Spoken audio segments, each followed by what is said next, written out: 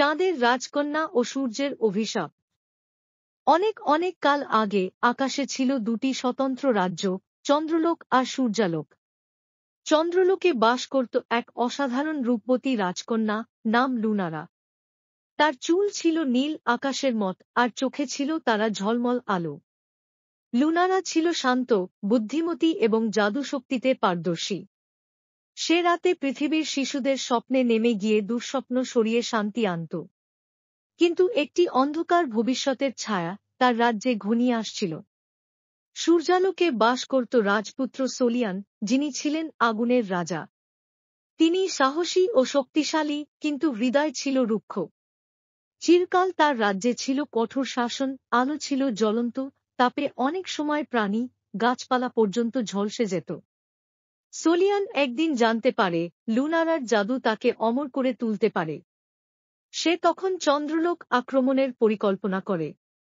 তাদের প্রথম দেখা হয় আকাশের সীমানায়, যখন পূর্ণিমা রাতে সূর্য ঢলছে আর চাঁদ উঠছে। সোলিয়ান আসে যুদ্ধের জন্য, কিন্তু লুনারার কোমলতা তাকে স্তব্ধ করে দেয়। তবুও সে তার অভিসন্ধি গোপন রাখে। সে চাঁদের প্রেমে পড়ে, কিন্তু নিজের লোভ ছাড়তে পারে না। একদিন লুনারাকে সে বলে, তুমি আর আমি এক হলে আকাশে আর কোনো অন্ধকার থাকবে না। লুনারা সম্মতি দেয়, বন্ধুত্বে, প্রেমে নয়। কিন্তু সোলিয়ান লুনারাকে একটি জাদুমন্ত্র দিয়ে চুম্বন করে, যাতে তার শক্তি সূর্যরাজ্যে চলে আসে। চন্দ্রলোক ধীরে ধীরে নিস্তেজ হতে শুরু করে। শিশুরা দুঃস্বপ্নে জর্জরিত হয়। লুনারা কাঁদে, কিন্তু তার চোখের জল থেকে জন্ম নেয় 1,00,000 তারা। তারা গর্জন করে বলে, তুমি লুনারার হৃদয় ভেঙেছ, এখন আমরা তোমার হৃদয় ভেঙে দেব। তারা মিলে সোলিয়ানের রাজ্যে অন্ধকার নামিয়ে আনে। সূর্যালোকের আকাশে প্রথমবার দেখা যায় সূর্যগ্রহণ।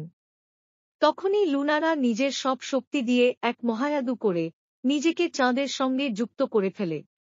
এখন সে চাঁদেই বাস করে, আর প্রতিরাতে আকাশে উঠে পৃথিবীর শিশুদের স্বপ্ন রক্ষা করে। সোলিয়ান অনুশোচনায় ভেঙে পড়ে।